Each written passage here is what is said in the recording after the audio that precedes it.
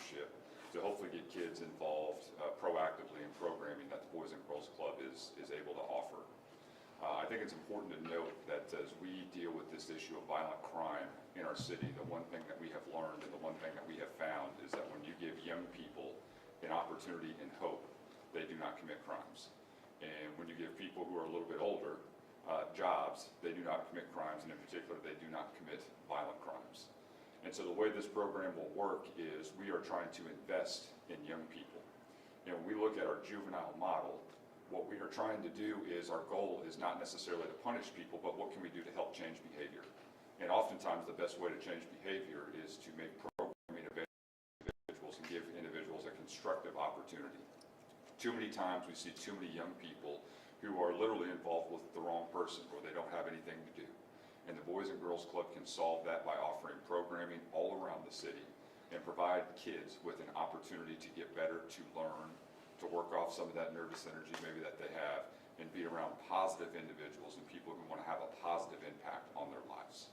It's so great when you can take a young person and have them connect with people who are truly invested in them and their future, and nobody does that better than the Boys and Girls Club. At the Prosecutor's Office, we have long admired the Boys and Girls Club and their leadership under Maggie Lewis. The contributions that they make to the Marion County area cannot be overstated. They do a tremendous job day in and day out. We are grateful for this partnership, and they are doing the bulk of the work on the programming and helping us out and assisting us out. And so with that, I want to turn it over to the president of the Boys and Girls Club, Maggie Lewis. Good morning, everyone. For over 150 years, the Boys and Girls Club's mission and purpose has been the same. It has not changed. We serve the kids that need us most. I applaud Prosecutor Mears for his leadership, his willingness to partner with us, and to make our youth a priority in our great community. We at the Boys and Girls Clubs of Indianapolis believe that all youth deserve an opportunity to have a safe environment, a safe place where they can learn and grow and become productive citizens in our community. We don't describe what that looks like, what that feels like, but we come alongside our kiddos to ensure that they can become their very best. At the Boys and Girls Club, we offer a variety of programming, mentoring, tutoring, substance abuse classes, whatever it takes to ensure that that young person will become productive and successful in life. We have a variety of programs, and at this time, I want to introduce you to I apologize, Eric Davenport. I'm not sure where that came from. Eric Davenport. He operates a pivot program here in our community. He serves young people 16 to 24 years of age who have gotten off the beaten path. His job is to re-engage them and bring the youth back into the community and wrap services around them to ensure that they're successful in life. So at this point, Mr. Davenport, if you would like to share a little bit about your program. Thank you, ladies and gentlemen, Prosecutor Mears and our CEO and leader, Maggie Smith. My name is Eric Davenport, Maggie Lewis. Lord, we're like we owe it. I owe it to her. We know each other, I promise. Yeah. I actually see her often. It's funny. So we're just so engaged and focused on what this mission program really is. The pivot has been designed for long-term engagement to get to know these young men and women who need services, and then we're able to better hone in on what that individual service is needed for that individual person. Everyone has a barrier, and the programming that Mr. Mears is trying to implement along with Ms. Lewis is another one of those things that needs to be addressed. There are so many young men and women who get over that barrier, and we look and say yes, but we forget about the hundreds that never made it. And so we need to look at how can we lower these barriers, remove these barriers, and get these individuals prepared for life. And so I thank Mr. Mears for his foresight and Ms. Maggie for her ability to come together. And as we all know, collaborations is what we need to do because it takes a village. So we thank you very much. Thank you. And we're happy to take any questions.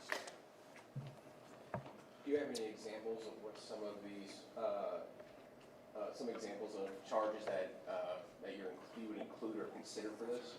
Yeah, absolutely. So I think a lot of times it's going to be those lower level nonviolent offenses. So I think the ones that come to mind when you talk about vandalism, curfew violations, possession of marijuana, theft cases, disorderly conduct, trespass, minor consumption, some of the things that we routinely see in our juvenile system.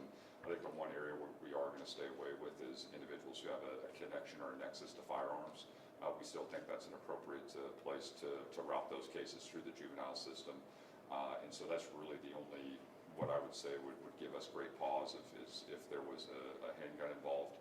Otherwise, if it's a misdemeanor offense or a level 6 offense, we want to provide this opportunity to as many kids as possible. And our first inclination is probably going to be to send it the Boys and Girls Club way. It is important to note this is for the first-time offenders or someone who's had minimal contact with the juvenile system. So if someone has a lengthy record already as a juvenile, we don't think that that person would necessarily be appropriate for this program either. And do you have an estimate of how many juveniles you think, let's hypothetically say, like in a year, might be sent this way? We're hopeful in the hundreds, if not thousands. I think when you look at the individuals that we make contact in the criminal justice system here in Marion County, and you look at that entry point, it's a significant number of kids each and every single year. So the universe of people that we're talking about is very wide. And I think it's also important to note that the great thing about the Boys and Girls Club is geographically they cover the entire city, and they offer opportunities and resources to everybody around the county. So it doesn't matter where you live, we'll be in an opportunity to hopefully help serve those individuals.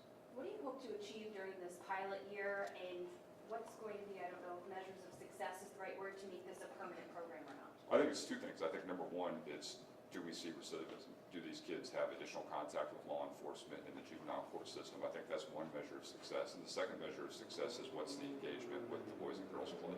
How often do they come? Do they take advantage of those resources? Do they take advantage of that mentorship opportunities? For me, those are the two metrics or barometers of success in terms of how I would evaluate this program. I don't know if you have anything to add. Yeah, I would add that, how often they return to our space, how often they find themselves re-engaged with law enforcement. We are currently tracking that type of behavior at this point with our kids. So again, we believe that the more that they show up in our space, the more opportunity they have to truly be successful and get their lives back on the right path. How long will this program last with the kids, and when does it get started? So I would say we're started already. We've actually received a couple referrals at this point and got the young folks plugged in. I see this partnership continuing forever. Again, like our mission has not changed. We serve the kids that need us most, and we don't define what that looks like and what that feels like. And so if the prosecutor or the future prosecutor want to continue that partnership, we're all in. We want to make sure that our kids are successful. So each individual who comes here, they can stay in the program as long as they want? So so I should correct that then. 18 years. We serve young folks 5 to 18 in our traditional programs, and then with Mr. Davenport's program, we go up to ages 24. And we also have an alumni program, so often our young folks who are successful in our space will return and start giving back and mentoring other young folks. Do you feel? Are there any examples of just what they would be doing, these, children or juveniles, young? Yeah. So first I want to clarify, so we're not going to label any of the young folks that come into our space. We currently have relationships with law enforcement, with our courts, and so we do not want to label any of our young kids that come into our space. And so everyone comes in, and so if they're in school, they're going to spend an hour doing homework. They're going to spend time with their mentor. They're going to do arts. We're going to talk about health and wellness. Everyone's going to get those programming that we know is going to help them be successful. Again, so we do try our best not to put kids in groups and define them by their behaviors, right? Okay. Do you feel this is going to have an immediate impact or more of a long-term investment in the youth here? I think it's going to have an immediate impact on our community. Oftentimes we hear, what are you guys doing for the community? As an elected official, you hear that a lot. As community leaders, we hear that a lot. And so I think this is going to be an example for our community, and for us to be able to refer kids immediately as soon as something happens, I think we'll feel it immediately. Will it be required a certain amount of days they have to show up? I mean, how do you know they're going to actually show up, I guess, and do this, I guess? Yeah, so fortunately, the Boys and Girls Club's in a position to help track, when people come and how often they come. And for us, we're not going to define success by did you go every day or did you miss a particular class. I think it's important when you're dealing with young people, especially young people who are going through difficult times. You can't be a prisoner to the bureaucracy. and you can't, be wed to these bureaucratic rules. And so what we're going to do is we're going to be flexible in our approach. And if someone's maybe not taking advantage of the services as much as we would like, we've got a deputy prosecutor who's assigned who's going to follow up and say, hey, I noticed you haven't been going to the Boys and Girls Club, or this opportunity is available to you. Why haven't you done that? And we want to work with people to get them involved and get them engaged, because I went out into the 38th and Post and saw the work that Eric Davenport's doing. It's incredible, the impact and the environment that they create for people at the Boys and Girls Club. And so I think if we can get people in the door, the services sell themselves. It's a tremendous opportunity, and people are getting better, whether it's getting better about learning about their own nutrition, their own health, dealing with their own family situation, getting better at athletics. They provide the environment. It's just getting them through the door, and we think we can help bridge that. I will add that, and Mr. Davenport, you may want to speak to this. We at the Boys and Girls Club have really worked hard to make sure that we're providing a program that kids actually want to participate. We want to make sure that our space is a space they want to show up and that we're relevant. And so we tend to do things a little bit outside the traditional box of after-school care or after-school programming. Eric offers basketball, they have parties, and there's a DJ, and there's music, and so again, trying to make sure that we create this space where young people actually want to show up and that it's cool to be in our space, right? So again, trying to do things outside the box and make sure that our programming and our space is a space that they really want to be at. Okay. Why is now the right time to start working? Well, I think the biggest thing for us is we're not seeing the results that we want to see in the community. And when I look at some of the problems that we face, especially as it relates to gun violence and the age of people who are involved in gun violence, we have to start reaching kids earlier. And what we've previously been doing has not produced the results that we want. And I am a big believer, and we really need to make sure that we are investing in young people, and young people know that we care about them. And we want to give people an opportunity. Too many kids go down the wrong path, not because they're bad people, it's because they never had an opportunity or another chance to do anything else. And I think the Boys and Girls Clubs helps reduce those barriers. And so I think right now the timing is perfect, given kind of the current situation that we're in. And for me, it's just very encouraging to have a partner who is willing to step up and help manage this program and offer just tremendous resources to kids who need it most. Is this at all the Boys and Girls Clubs around the city, or just at one particular location? All around the city.